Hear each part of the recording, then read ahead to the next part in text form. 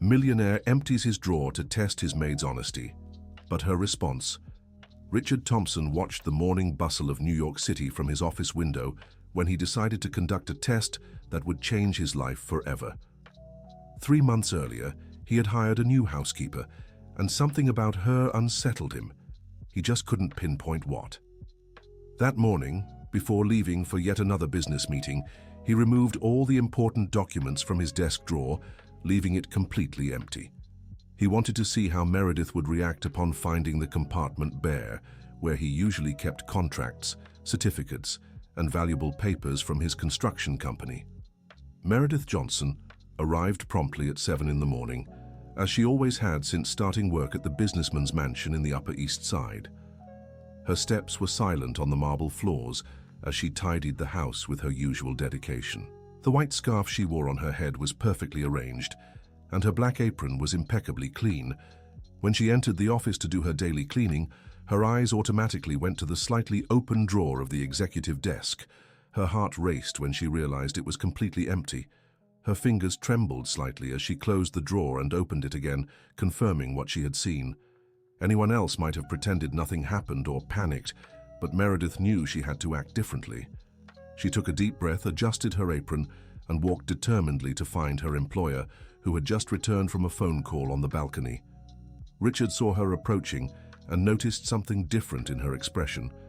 There was a seriousness he had never seen before, a firmness that didn't match the quiet woman he knew. "Mr. Thompson," she said, stopping a few feet away, "I found your drawer empty, but first I need to confess. I recognized your name when I started working here 3 months ago."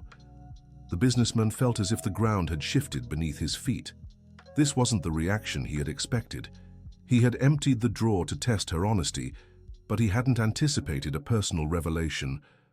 "What do you mean you recognized my name?" he asked, trying to keep his voice steady as he stepped closer. Meredith nervously clasped her hands but didn't look away. "You may not remember, but 20 years ago your company fired my husband without just cause, and our family lost everything," she said, her voice trembling slightly. "Martin Johnson. He worked in the quality control department of your construction firm." Richard froze. The name echoed in his mind like a ghost from the past. Martin Johnson. Yes, he vaguely remembered an employee by that name, but the details were hazy in his memory. "Meredith, he began, but she gently interrupted him. "I'm not here for revenge, sir. I came because I desperately needed to support my daughter. She's had health problems since she was little, and the money I earn here is our only income." The honesty test had turned into something far bigger than Richard could have imagined. The woman who had been cleaning his home for 3 months, who cared for his belongings as if they were sacred, who had always shown exceptional dedication, was the widow of a man he had wronged in the past. "Why didn't you ever say anything?" he asked, still processing the information. "Because it wouldn't have helped, sir. What's done is done. My husband passed away 5 years ago, and I have a daughter to raise. I can't afford to hold grudges." Dear listener, if you're enjoying the story, don't forget to like and especially subscribe to the channel. It helps us a lot as we're just starting out. Now continuing. In the weeks that followed, Richard couldn't get their conversation out of his head. He watched Meredith work with even more attention, noticing how she treated every object in his home with extreme care. Not once had he found anything out of place or noticed that any of his belongings had been improperly moved. The tension rose when his daughter Jessica, who lived in London where she was pursuing her master's degree, called on a Thursday afternoon with disturbing news. "Dad, I received an anonymous letter about a suspicious housekeeper in your home. Someone is saying she might be plotting something against you." Richard's heart raced. Who could have sent that letter?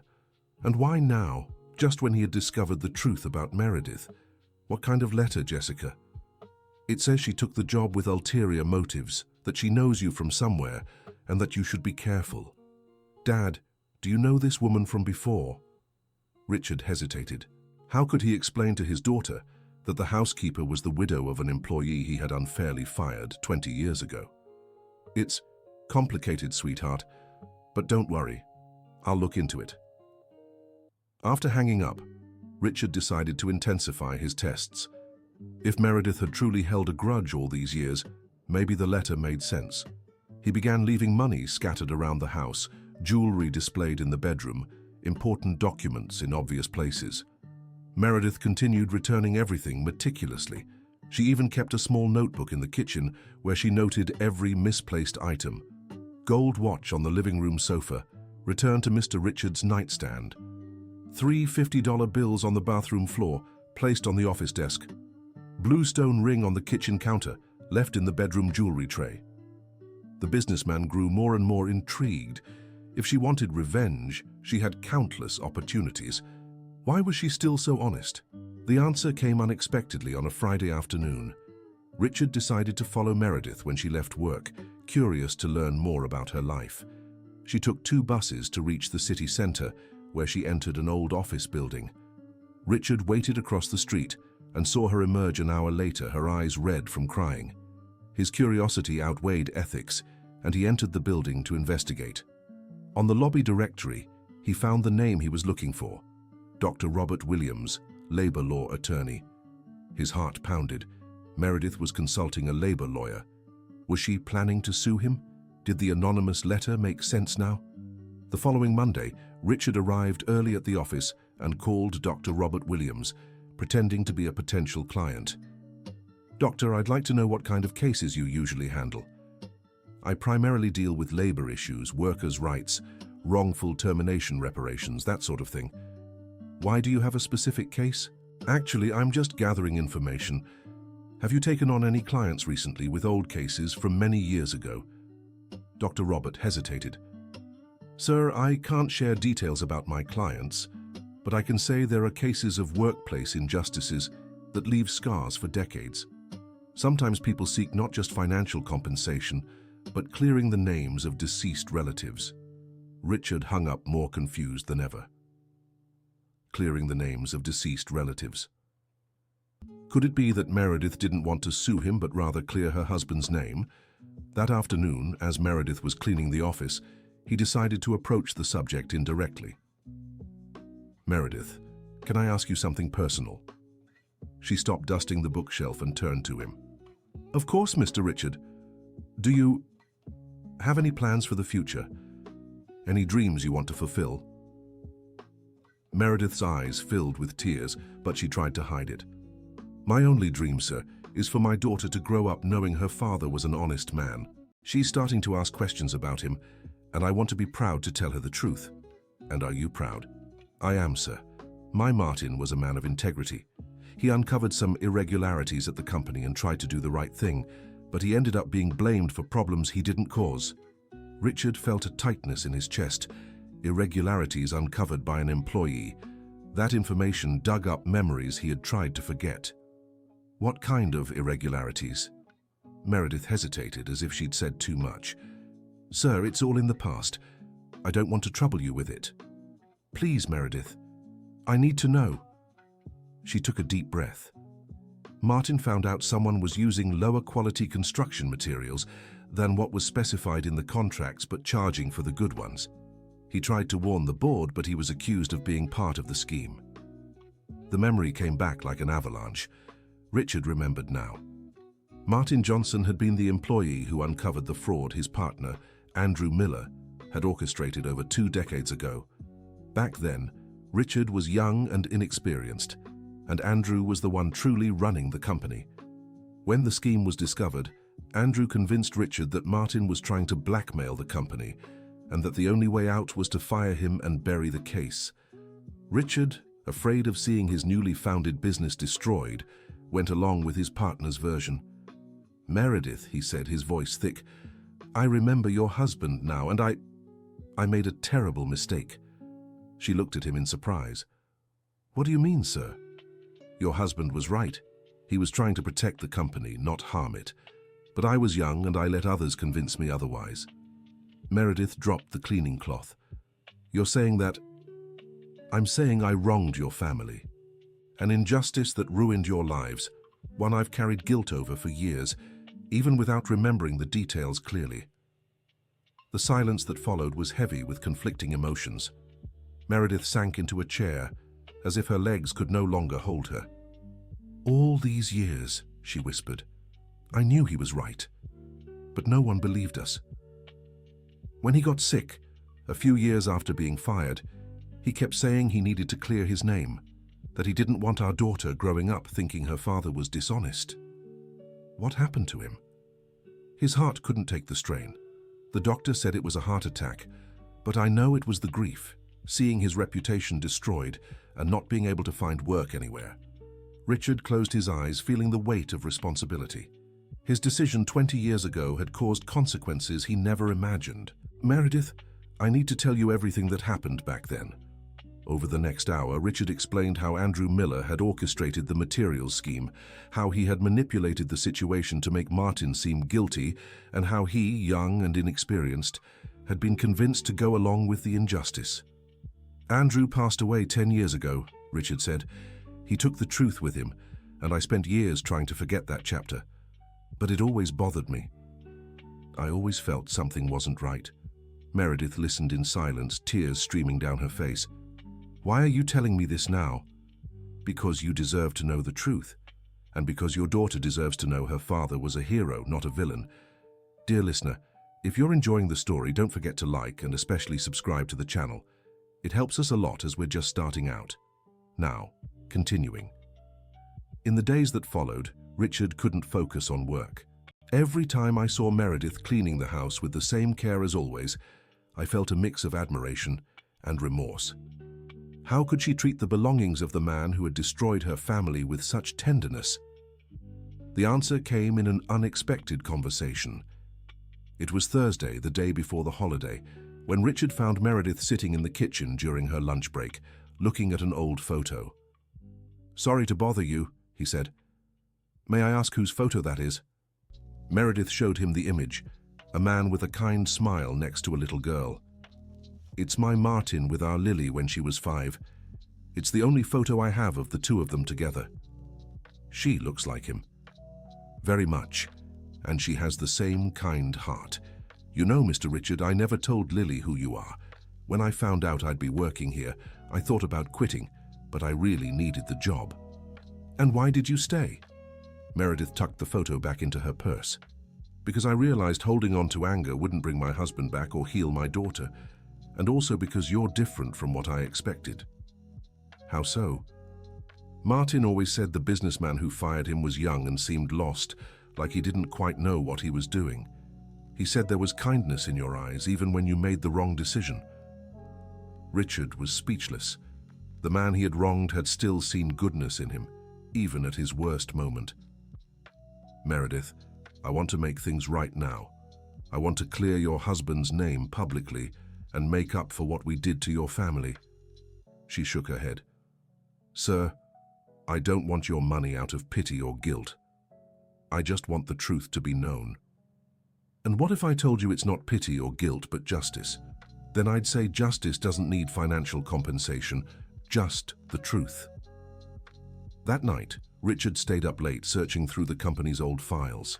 He found documents proving everything Martin had uncovered: fake invoices, altered contracts, a web of corruption Andrew had set up with suppliers. Even more disturbing was discovering that Martin had written a detailed report of his findings and delivered it personally to Richard. The report was there in the files, dated and signed. Martin had tried to save the company, and Richard had mistaken it for a threat. Friday morning, when Meredith arrived for work, Richard was waiting in the office with a stack of documents on the desk. "Meredith, I found all the proof of your husband's innocence. He wasn't just innocent. He was a hero who tried to save my company." She approached slowly, looking at the papers in disbelief. "These are original documents," Richard explained. "Reports your husband wrote, evidence he gathered, everything that proves he was trying to protect the company, not harm it." Meredith picked up one of the reports with trembling hands. It was Martin's handwriting, his signature, his detailed findings about the corruption scheme. "He really did uncover everything," she murmured, tears blurring her vision. "And I was too foolish to see it. Meredith, I'm going to make this truth public. I'll clear his name in all the newspapers, send letters to every company in the city explaining what really happened." "And you'd do that even knowing it could damage your own reputation?" "Especially for that reason. It's time I owned up to my mistakes." Just then the doorbell rang. Meredith went to answer it and returned with a young woman of about 17 with dark hair and intelligent eyes. "Mr. Richard, this is my daughter Lily." The girl greeted him politely, but Richard could see she was nervous. "Mom, I came to get you because I need to talk. It's about the scholarship." "What happened, sweetheart?" "They're asking for documents proving the family's integrity for the past 20 years. And I don't know what to do about Daddy's history." Richard Thompson felt as if he'd been punched in the gut. His decision from 20 years ago was still causing consequences. Martin Johnson's daughter was about to lose a study opportunity because of her father's tarnished name. "What kind of scholarship?" he asked. "It's a full engineering scholarship at the university.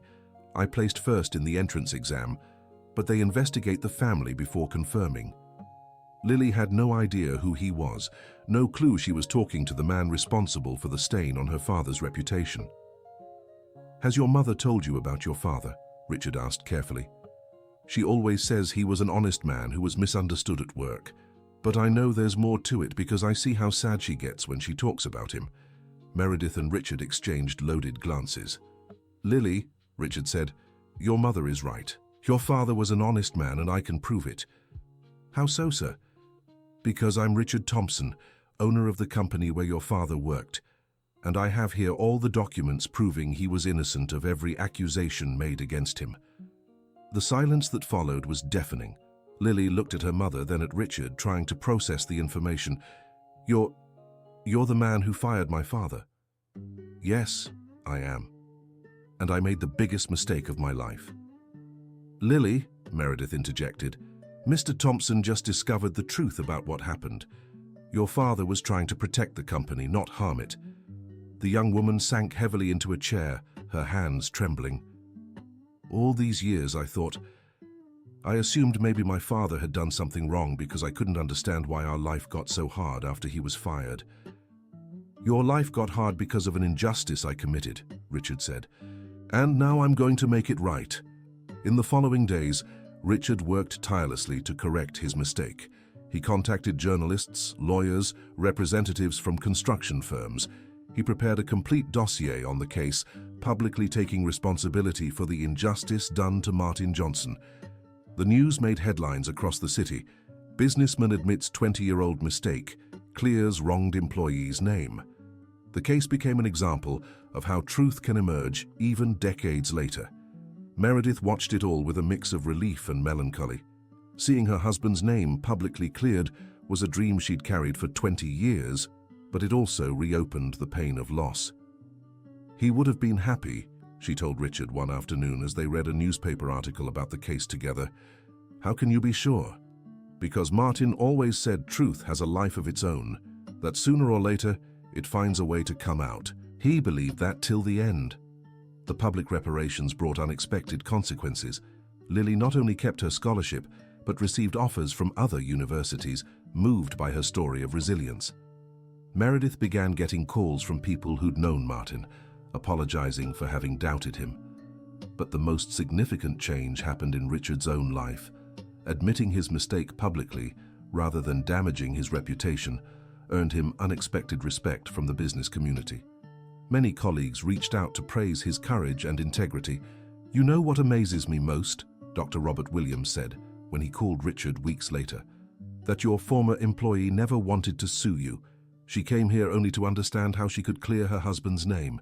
Never mentioned financial compensation or revenge. And that surprises you?" "Deeply. In my profession, I see many people who hold grudges for decades. Meredith Johnson is a rare exception." Richard Thompson knew Dr. Robert Williams was right. During all the months Meredith worked in his home, even knowing who he was, she never showed anger or resentment. She treated his belongings with care, fulfilled her duties with dedication, and maintained a respectful demeanor. "She taught me more about dignity than any business book," Richard reflected. The revelation also brought changes to the household routine. Richard began talking more with Meredith, genuinely interested in her life and opinions. He discovered she had a degree in accounting, but had never been able to find work in the field after the scandal involving her husband. "Why did you never mention your degree?" he asked one day. Because I learned that sometimes it's better to be underestimated than rejected. As a housekeeper, no one judges me for my family's past. But you could be working in your field, earning much more. I could, if the world were fair, but it's not, and I've adapted. This conversation planted a seed in Richard's mind. How many other people might be in similar situations? How many talents wasted because of injustice or prejudice? That's when he had an idea that would change not only his life, but also the lives of many others. "Meredith," he said one Monday morning, "I have a proposal for you." "What kind of proposal, sir?" "I want you to consider working with me in a different way. Not as a housekeeper, but as a partner in a new project." Meredith stopped folding the clothes she was organizing. "Sir, I don't understand. I want to create a social enterprise focused on giving opportunities to people who've been wronged or harmed by prejudice, and I want you to help me manage it. But I have no experience running a business. You have something more valuable. You understand what it means to be unfairly rejected, and you have the integrity needed to ensure we do things right." Meredith fell silent for a long time, considering the offer. "And if I accept, what would happen to my job here?" "You wouldn't be my housekeeper anymore, you'd be my partner. We'd have our own offices, employees, real social impact projects." "Mr. Thompson, this sounds too good to be true." "Meredith, you spent 3 months taking care of the home of the man who destroyed your family, and you never showed resentment. If that's not proof of character, I don't know what is." The proposal deeply moved Meredith. Throughout her adult life, she had dreamed of the chance to use her degree professionally, but she always ran into the stigma tied to her family name. "Can I think about it?" "Of course, but I want you to know this isn't charity. It's recognition of what you're truly worth." That night, Meredith talked at length with Lily about the proposal. "Mom, you can't let this opportunity pass. It's the chance you've always dreamed of. But it's also terrifying, sweetheart. What if I can't do it? What if it's more than I can handle?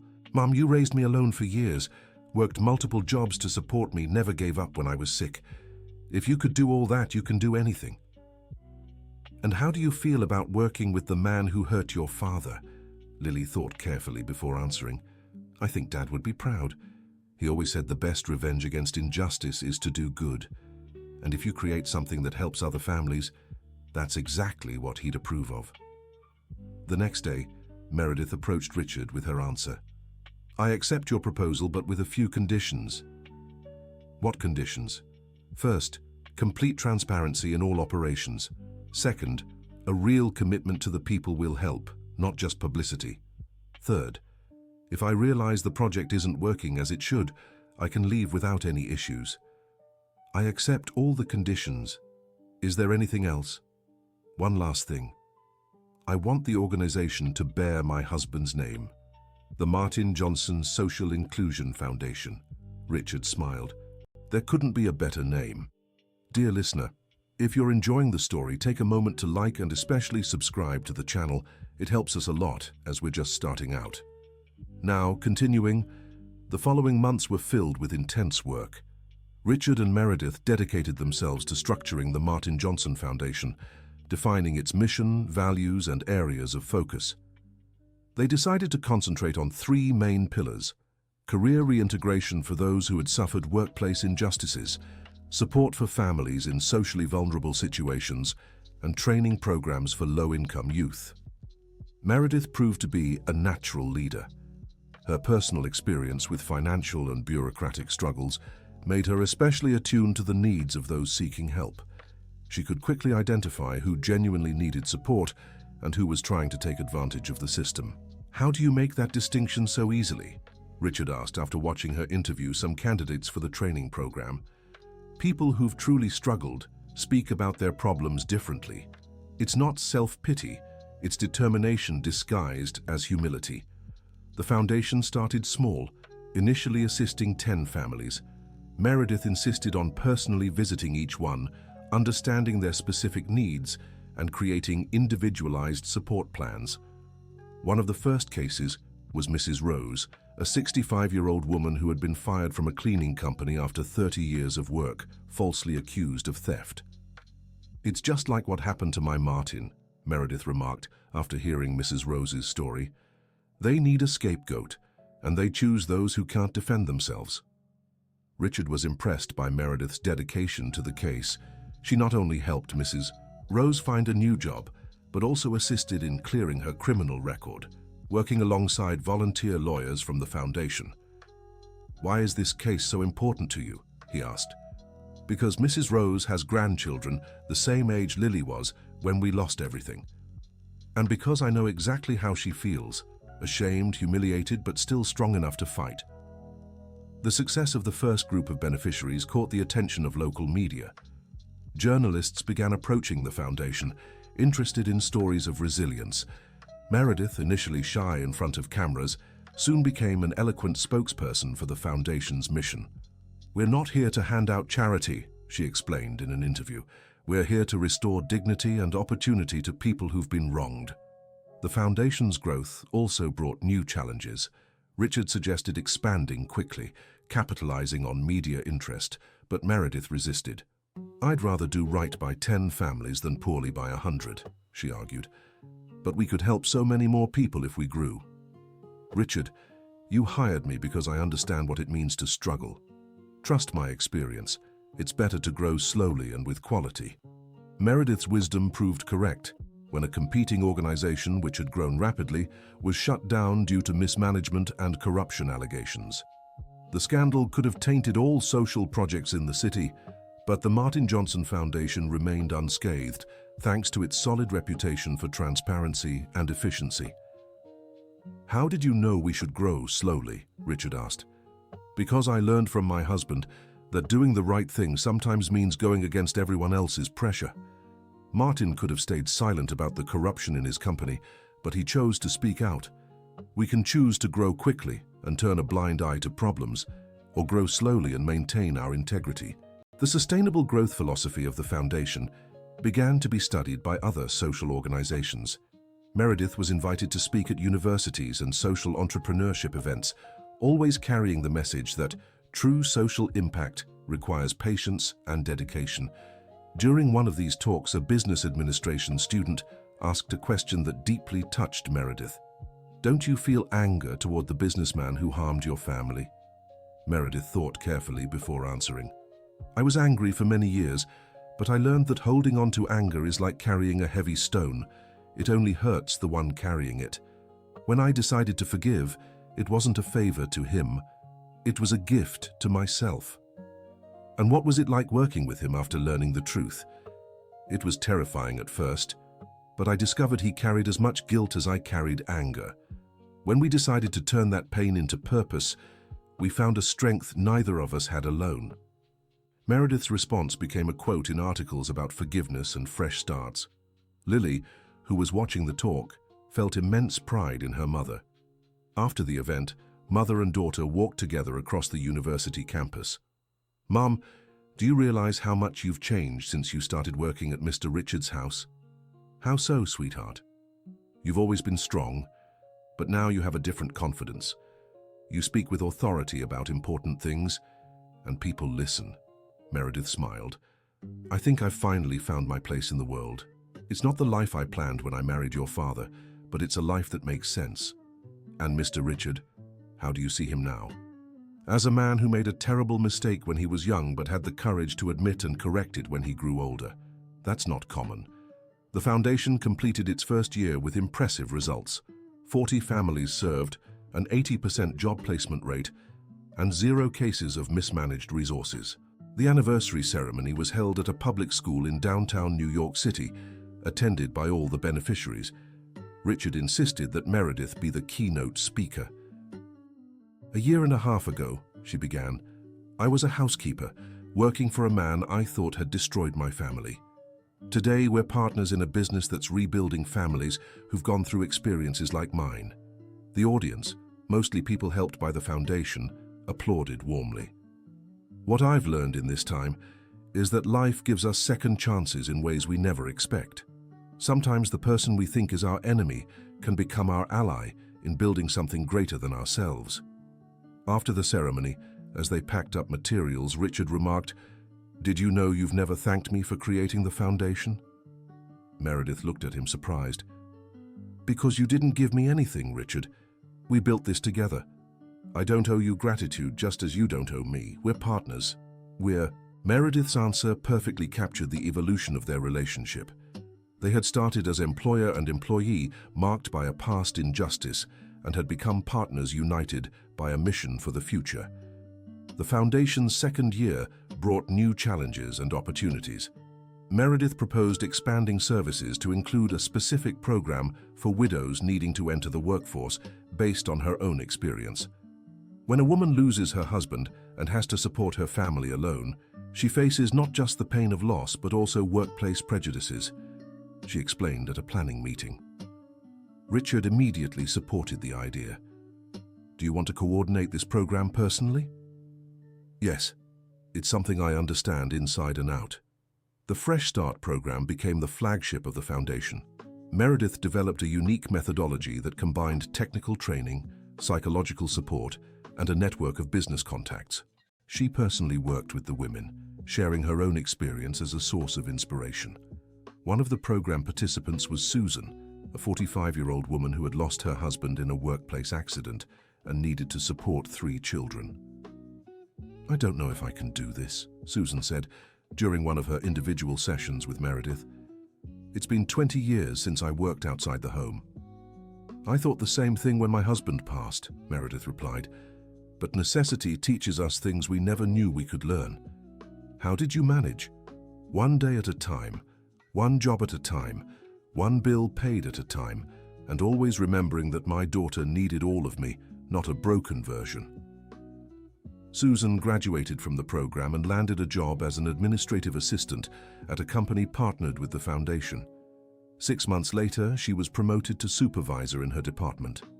You taught me that starting over isn't about going back to who we were, but discovering who we can become, she told Meredith during a visit to the foundation. Stories like Susan's multiplied, creating a network of women who supported each other and served as examples for newcomers.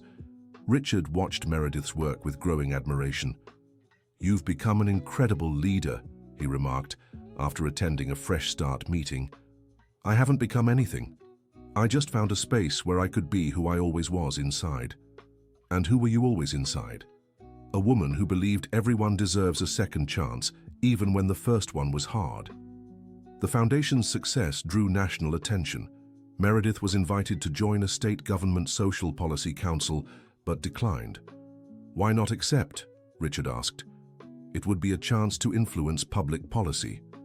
Because my place is here, working directly with people. Politics is important, but I prefer changes I can see and touch. Meredith's decision reflected her life philosophy, direct personal impact over grand public gestures. She remained focused on the foundation's daily work, meeting each family personally and closely tracking their progress. Lily, now in her 3rd year of engineering, began interning at the foundation during breaks. It's amazing how you connect with such different people, she told her mother after sitting in on a few interviews. It's not connection, dear, it's recognition. When you've faced similar struggles, you see the pain in the eyes of those going through the same thing. Doesn't that hurt you? Sometimes. But it's worse knowing I could help and do nothing. The relationship between Richard and Meredith continued to evolve. They built a strong professional partnership based on mutual respect and shared goals. Richard handled the foundation's financial and strategic aspects, while Meredith led direct services and program development. Did you know our story became a case study at a business school? Richard mentioned one afternoon. Our story. How a past injustice turned into a social mission today. Professors use our case to teach corporate responsibility and second chances. Meredith smiled. I hope they emphasize it wasn't easy. Forgiveness isn't a moment, it's a process. What was that process like for you? It started when I realized that holding on to past anger was preventing me from building the future I wanted for Lily. It continued when I saw that you genuinely wanted to make things right. And it was complete when I understood we could use our pain to help others.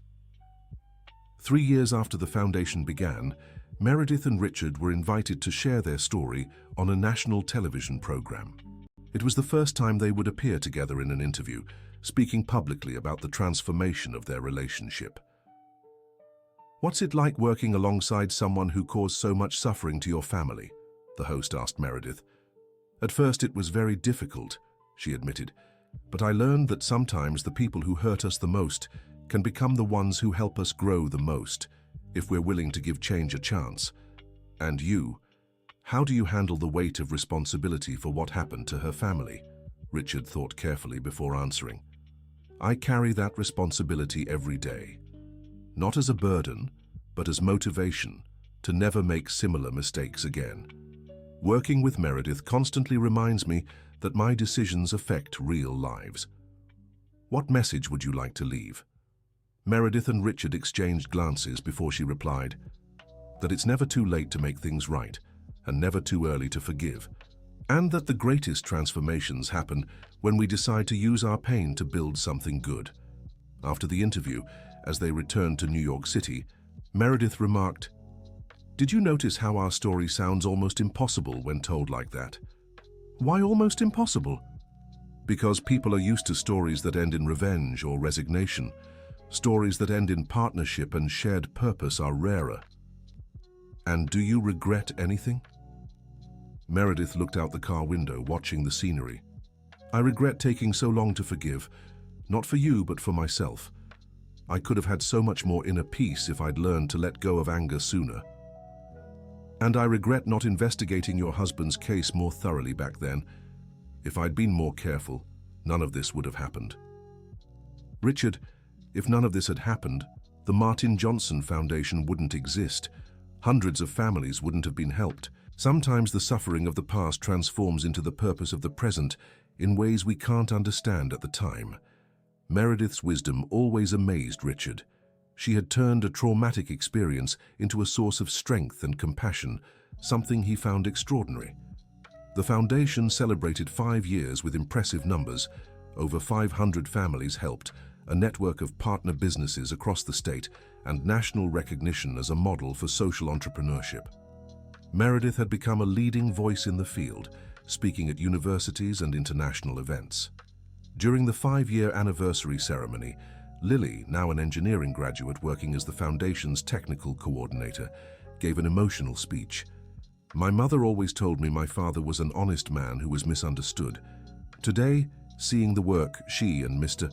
Richard have done, I understand that my father's honesty wasn't just recognized, it multiplied into hundreds of stories of fresh starts and dignity." The audience was moved when Lily concluded, "Dad, wherever you are, I know you're proud. Your integrity wasn't just restored, it became the seed for social change." Meredith quietly cried during her daughter's speech. After the event, she and Richard walked together through the school garden where the ceremony had taken place.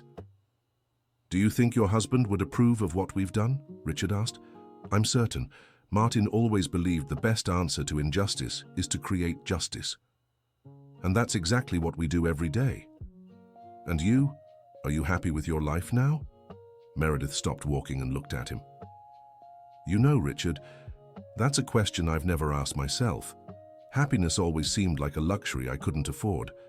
I was always so focused on surviving, on taking care of Lily, on paying the bills. And now? Now I realize happiness isn't the absence of problems. It's the feeling that your life has purpose. And my life has so much purpose. Even after everything you've been through. Especially after everything I've been through. If I hadn't faced those hardships, I wouldn't understand the pain of the people we help. If I hadn't lost everything, I wouldn't value the chance to rebuild so much." They continued walking in silence, each lost in thought. 5 years earlier, Meredith had been a housekeeper working in the home of the man who had destroyed her family. Now she was his partner in a social enterprise that transformed lives. "Meredith," Richard said as they reached the school gate, "I want to thank you." "For what?"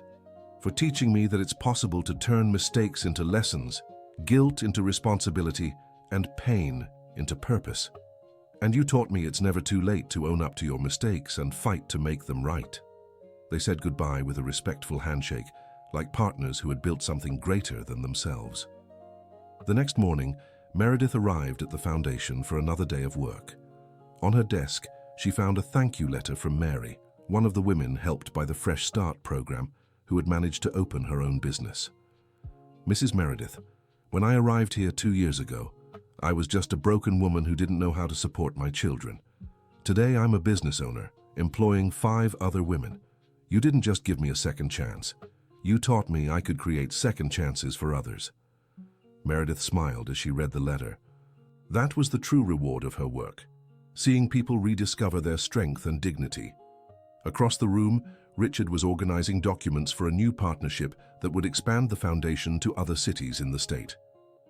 They had found a sustainable growth model that maintained the quality of their services. "Richard," Meredith called out, "do you remember that morning when I found the empty drawer? How could I forget? It was the day that changed our lives. Were you really testing me, or was there another reason?" Richard stopped sorting the papers and looked at her. "At first, it really was a test. But now I realize, unconsciously, maybe I wanted you to find that empty drawer. Maybe part of me knew I needed that conversation to resolve something that had been weighing on me for years. And if I had pretended I didn't see anything, we'd probably still be living a lie forever. You as a resentful employee, me as a guilty boss, and neither of us would have discovered the partnership we were capable of." Meredith read Mary's letter again, reflecting on the mysterious paths life sometimes takes. "You know what amazes me most about our story," she said. "What?" "That it started with an empty drawer and turned into a full life, full of purpose, achievements, and people helped. And a friendship I never imagined possible," Richard added. They returned to work, each focused on their responsibilities, but united by the shared goal of continuing to transform lives through the Martin Johnson Foundation. Outside, New York City carried on with its bustling life, millions of people facing their daily struggles. Some of them soon enough would knock on the Foundation's door, looking for a second chance. And Meredith would be there to welcome them, not just as someone offering help, but as someone who deeply understood what it meant to need a fresh start. The drawer that was once empty was now full, not with documents or money, but with stories of resilience, plans for the future, and the certainty that every injustice can be turned into an opportunity to do good. And so, with each new day, Meredith and Richard continued writing a different ending to a story that began with pain and turned into hope. End of story. Now tell us, what did you think of Meredith and Richard's story? Do you believe it's possible to turn pain into purpose just as they did? Share your thoughts in the comments. And if this story touched your heart, don't forget to leave a like and subscribe to the channel so you won't miss other inspiring stories like this one.